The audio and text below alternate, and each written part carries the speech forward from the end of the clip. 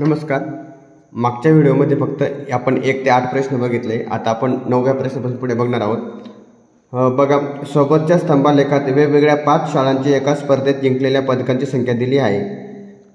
इथे बघा, जिंकलेल्या पदकांची संख्या 1 2 3 4 5 6 आणि हे शाळा आहेत. पहिली शाळा, दुसरी, तिसरी, चौथी, पाचवी अशा 5 शाळांची हे दिलेले आहेत आणि त्यांची जिंकलेल्या पदकांची संख्या. तर बघा, ह्या आलेखावर जे आपण 3 प्रश्न बघणार आहोत. पहिला प्रश्न आहे, कोणत्या शाळेने सर्वात कमी पदके जिंकलेली आहेत? कोणत्या शाळेने? मग सर्वात कमी पदके जिंकलेले बघा, सर्वात कमी म्हणजे 3 पदके जिंकलेली शाळा आहे 2 नंबर. 2 नंबर म्हणून पर्याय आहे 2. ओके, एकदम सोपं आहे.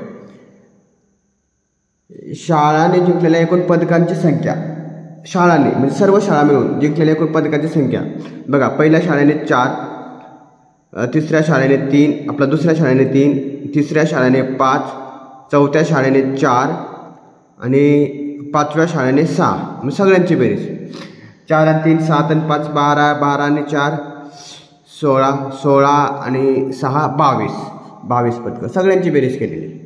बघा पुढे आहे, कोणत्या 2 शाळांची पदकांची संख्या समान आहे? कोणत्या 2? बघा, 4 पदक असलेली शाळा कोणती? ही 1 नंबर आणि ही 4 नंबर, 1 आणि 4 म्हणून पर्याय क्रमांक आहे सी.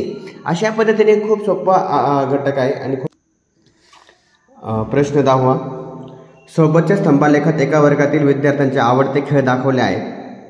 प्रश्न, आवडते खेळ म्हणजे कॅरम किती मुलांना आवडतो, क्रिकेट किती मुलांना आवडतो. म्हणजे कॅरम बघा, आपण थोडक्यात लिहून घेऊया. आपण कॅरम किती मुलांना आवडतो? 4 आणि 8 यांच्या दरम्यान, म्हणजेच त्याच्या दरम्यान आहे. मग आता इथं जर विचारलं 0 ते 4 म्हणजे एक घर 4चं आहे, म्हणजे त्याचा निम्मा 2, म्हणजे 4मध्ये 2 मिळवले म्हणजे 6. कॅरम 6 मुलांना आवडतो. क्रिकेट मग इथं पण तेच निम्मा म्हणजे 22, 20 आणि 2 22.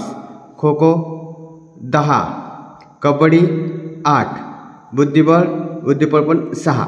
अशा पद्धतीने आपण ठरवून घेतलं, म्हणजे आलेख थोडा वाचता आला तर आपल्याला कोणताही प्रश्न सहजरित्या सोडवता येईल. बघा, आता आपण प्रश्न बघूया. कोणते 2 खेळ आवडणाऱ्या विद्यार्थ्यांची संख्या समान आहे? 6 आपण काढले बघा. कोण? कॅरम आणि बुद्धिबळ. कॅरम आणि बुद्धिबळ म्हणून पर्याय क्रमांक 1. सोपं आहे. एकूण किती विद्यार्थ्यांना खो खो आणि कबड्डी खेळायला आवडते? खो खो 10, कबड्डी 8, 10 आणि 8 18. सर्व विद्यार्थ्यांमध्ये कोणता खेळ सर्वात जास्त आवडतो? सर्वात जास्त 22 विद्यार्थी असलेले क्रिकेट. एकदम सोपं आहे. आतापर्यंत आपण स्तंभालेख बघितलं. आता आपल्याला रेखालेखाचे उदाहरणं बघणार आहोत. रेखालेख बघा, ह्या आलेखामध्ये तुम्हाला रेषेसारखे दिसते, त्याला म्हणतात रेखालेख. रेष काढून, तर सोबतच्या रेखालेखात एका बसने वेगवेगळ्या कालावधीत आक्रमिलेले अंतर किमी म्हणजे किलोमीटरमध्ये दिले आहे. आता आपण थोडक्यात आलेख वाचून घेऊ. बघा, आलेख वाचता आला तर प्रश्न सहज सोडवता येतील. बघा, 7 वाजता बसने किती अंतर पार केलं? 0. 7 वाजता निघाले, 7 ते 8 पर्यंत म्हणजे इथपर्यंत पोहोचले. इथपर्यंत म्हणजे किती अंतर आहे? 100. किती अंतर आहे? 100. त्यानंतर 9 वाजता ते किती अंतर कापले? बघा, हे याच्या 150. त्यानंतर 10 वाजता ते अंतर तिने कापले 250. बघा, 250. तर ही एक सरळ रेषा आहे बघा इथं, म्हणजे ह्या वेळेत दिले 10 ते 10:50, 10:30 मध्ये पण 250 होतं. 10:30 सुद्धा 250 होतं. म्हणजे ती इथं काय केलेली असेल? ती थांबली असावी, कारण की तिने अंतर म्हणजे ती थांबलेली असावी म्हणून ते अंतर सारखंच दिसतंय. त्यानंतर 11:30 वाजता काय टाईम आहे तिचं अंतर? 300 आणि 12:30ला आहे 350, म्हणजे एवढं अंतर तिने कापलेलं आहे. आता बघा, हा आलेख आपल्याला वाचता आला तर प्रश्न सहजरित्या सोडवता येतील. बस थोडा वेळ थांबली होती. बघा, थांबली होती, मी तुम्हाला तेव्हा सांगितलं की हे कोणत्या कालावधीने दर्शवलं आहे. बघा, इथून तरीपर्यंत थांबलेली होती, म्हणजे 10 ते 10:30 या दरम्यान ती बस थांबली होती, म्हणून पर्याय क्रमांक आहे बी. 10 AM ते 10 AM. 9 AM ते 11:30 AM या कालावधीत बसने किती अंतर पार केले? 9 AM म्हणजे इथून तर इथपर्यंत, 11 AM म्हणजे 9 वाजेपासून तर इथपर्यंत किती अंतर, म्हणजे इथं 150 होतं, 150 पासून 300, म्हणजे 150 पासून 300 म्हणजे किती अंतर असेल, याच्यातलं अंतर किती, फरक किती आहे, 300 वजा 150 म्हणजे 150 किलोमीटर एवढंच अंतर तिने पार केलेलं आहे. बघा इथून तर 300, ऑलरेडी इथंपर्यंत तिने 150 अंतर कापलेलंच होतं 9 वाजेपर्यंत, फक्त आपल्याला 9 वाजेपासून तर 11:30 पर्यंतचं अंतर काढायचं होतं, म्हणून हा 150. पुढचा 12वा प्रश्न आहे, सोबतच्या रेखालेखात एका कंपनीला 2015 ते 2020 या कालावधीत झालेला नफा कोटीमध्ये दिलेला आहे.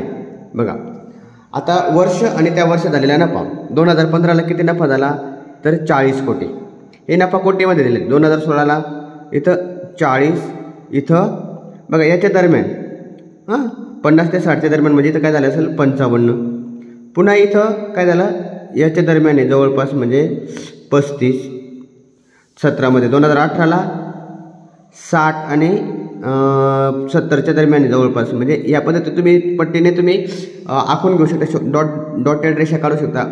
सॉरी 65, 75 नाही 65. त्यानंतर आहे 2019मध्ये 70, किती 70, पुन्हा रिवर्स झाला तो जवळपास 60. म्हणजेच हा रेखालेखातून आपल्याला नफा कोणत्या वर्षाला किती नफा झाला, कुठं कमी झाला, कुठं वाढला, हे याच्यातून स्पष्ट चित्र दिसतं. बघा आता आपण प्रश्नाकडे बघूया, कोणत्या वर्षामध्ये नफा घसरला आहे, घसरला म्हणजे कमी झाला आहे, कोणत्या वर्षामध्ये. आता आपल्याला दिसतं इथं 50 होता आणि पुन्हा 17मध्ये 35 झाला, म्हणजे कमी झाला की नाही, म्हणजे हा एक 17 येईल. त्यानंतर 2019मध्ये 70 होता, पुन्हा कमी झालं म्हणजे 60, म्हणजे 2020मध्ये, म्हणजे हे 2 वर्ष 17 आणि 20. आता इथं उलटे घेतले 20 आणि 17, या पद्धतीने पर्याय क्रमांक आहे सी. ओके. आता 2016 व 2018 या वर्षामध्ये एकूण किती नफा झाला, 16मध्ये किती झाला 55, 18मध्ये किती झाला 65, म्हणजे 55 अधिक 65 10 120. बघा त्यांची बेरीज केली आपण 120. आता बघा इथं आपण ते त्यासाठी आकडे लिहून घेतले. ओके, म्हणजे 2016मध्ये 55 कोटी झाला, त्यानंतर 2018मध्ये 65 कोटी नफा झाला, मग दोघांची बेरीज केली 120. ओके. आता पुढचा प्रश्न आहे, 2019 या वर्षापेक्षा 2017 या वर्षात नफा किती कमी झाला आहे. आता 2019ला किती झाला होता 70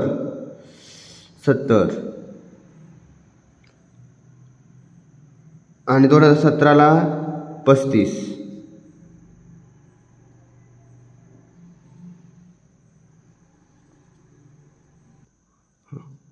तर बघा इथे थोडीशी माझ्याकडनं मिस्टेक झाली. 2017ला हा 40च्या पुढे आहे की नाही, म्हणजे 45, म्हणजे इथं 35 न होता 45 होतो.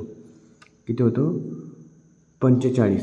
त्याच्यामुळे मग बघा 2019ला 70 लिहिलं आपण. 2017ला 45, म्हणजे 70 वजा 45, 70 वजा 45 किती येणार आहे 25 कोटी. म्हणजे किती कमी झाला तर 25 कोटीने तो कमी झालेला आहे. तर अशा पद्धतीने आपण 9 ते 12 हे प्रश्न समजून घेतले आणि प्रश्न खूप सोपे. फक्त बारकाईने निरीक्षण करा, आलेख व्यवस्थित वाचा, आलेख काळजीपूर्वक वाचा.